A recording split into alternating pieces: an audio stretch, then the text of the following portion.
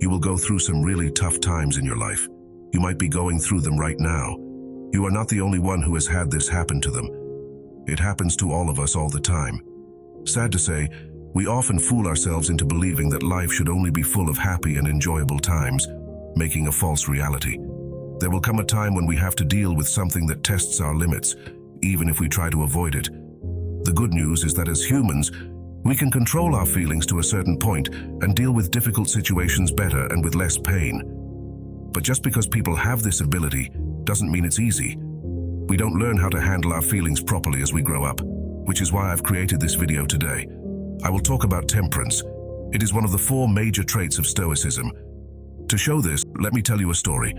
One time, a king called together his wise men and said, "I had one of the best jewelers in the area make me a precious ring with a diamond. I want to hide a message in the ring that will help me through hard times and give me hope when I feel hopeless. Tomorrow, I want this word to help my heirs and the heirs of my heirs. It needs to be small enough to fit under my ring's stone." The people who heard what the king wanted were wise and smart, and they could have written long lectures. But it was hard to come up with a message that was only 2 or 3 words long and could fit under a rock on a ring. Still, they thought and looked through their philosophy books for hours, but couldn't find anything that fit the great king's needs. The king had a helper whom he cherished and who was close to him. He had also helped his dad and taken care of him after his mom died. Everyone liked him and treated him like family. Because of these things, the king also talked to this servant. The worker said, "I am not a sage or a scholar or an academic, but I have the message you seek." The king asked, "In what ways do you know?" "I have met many different kinds of people in my long time living in the palace. I met a teacher who was a guest of your father's one time. I worked for him, and when he left, I went with him to the door to say goodbye. He gave me this message as a way of saying thanks." The elder wrote the message on a small piece of paper, folded it up, and gave it to the king at that very moment. He told him, "Don't read it. Do not drop it from the ring. You should only open it when you have no other choice." That time came quickly.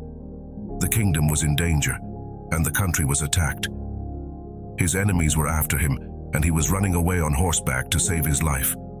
He was by himself, and there were many people after him. He came to the end of the road. There was a cliff and a deep valley in front of him. He couldn't go back because the enemy was in his way, and falling would kill him. He could hear the people, the horses galloping, and the enemy close by. He then remembered the ring and opened the message paper. Inside was a short but very important statement for that moment. The message only said, "This too shall pass." At that very moment, there was a deep silence around him.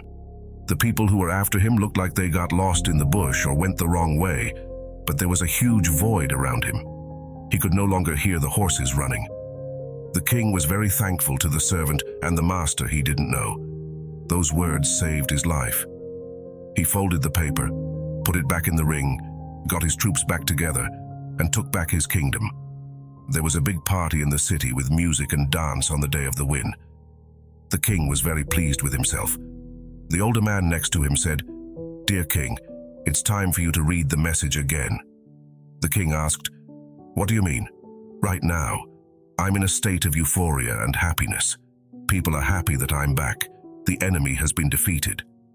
"Listen," the elder said, "this message is for both sad and happy times. It's not just when you lose, but also when you win. It doesn't matter if you're last or first." The king took out the ring and read the message, "This too shall pass." In the crowd of people who were happy and dancing, he felt the same peace, but he no longer had any pride or ego. The word was clear to the king. The bad was just as short-lived as the good. The elder then spoke, "Don't forget that everything ends. Nothing lasts forever. There are times of happiness and times of sadness, just like there are days and nights. Accept them as part of life. They are what things are. It's important to know and remember that the way we feel now won't last forever if we want to control our emotions." Do you know anyone who has never been happy or sad? In both cases, these feelings don't last a person's whole life. Life is full of both good and bad things. When we're sad, it helps to know that this feeling will pass. Acceptance does not mean giving up. being passive, or agreeing with what is happening. It just means admitting that we can't control a lot of the things that happen to us. Acceptance makes us want to do something. We become aware that if we want to do something or make things better, we need to focus all of our thoughts and energy on that.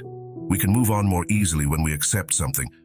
Also, we shouldn't let happy times take over our lives. You can enjoy them, but not too much. We shouldn't let happiness take over and make us forget that this moment will also end. People who forget this are never ready for the hard things that happen in life. They live in a bubble that will burst at some point. A Stoic lives in the present, but doesn't lose sight of what life is really like. They not only deal with tough events, but they also keep their sadness in check. This is being temperate. The story I told you earlier is mostly about two feelings, happiness and sadness, but temperance can be used for any feeling. When a feeling is taken to its utmost, it changes into something good. But if we control our emotions well, almost any mood, even bad ones, can lead to something good. They can teach us important lessons for life if we use them in moderation like this. Marcus Aurelius said that temperance is the virtue that helps us control and guide our urges and passions so that we don't go too far and live a balanced and moderate life. Marcus Aurelius describes temperance as a guiding virtue that helps us regulate our passions and desires, steering clear of extremes. It's about finding a middle path in our actions and reactions. For example, in expressing anger, temperance would mean avoiding the extremes of explosive rage and complete passivity. Instead, one would express their feelings calmly and constructively, addressing the issue without letting emotions take over. Seneca said that temperance is a virtue that means controlling our urges and wants so they don't make us do too much or too little. Seneca's perspective on temperance emphasizes the importance of self-mastery and moderation. He suggests that we should control our impulses and desires to avoid going to extremes, either by doing too much or too little. For instance, consider the act of eating. Eating too much can lead to health problems, while eating too little can lead to malnutrition. Temperance, in this case, means eating just enough to nourish the body without overindulging or depriving oneself. Epictetus said that temperance is a nice balance of emotions that comes from taking control of our wants and following our thoughts. Epictetus views temperance as a harmonious balance of emotions achieved by leading a life where desires are kept in check by reason. Imagine someone who loves shopping. Without temperance, their desire to shop could lead to financial trouble. But with temperance, they use reason to understand their financial limits and shop responsibly, enjoying the activity without falling into debt. Stoicism and temperance teach us a vital lesson about controlling our emotions. That balance and self-mastery are key to a peaceful life. By practicing Stoicism, we learn to respond to life's challenges with a calm and rational mindset, rather than being swayed by our immediate feelings. This is the key to being the masters of our emotions, rather than letting them master us. I hope you found this video helpful. Thank you for watching. Don't forget to share your thoughts in the comments below. Give us a thumbs up, subscribe, and hit the notification bell so that you'll be updated when we have new inspiring videos for you. See you on the next one.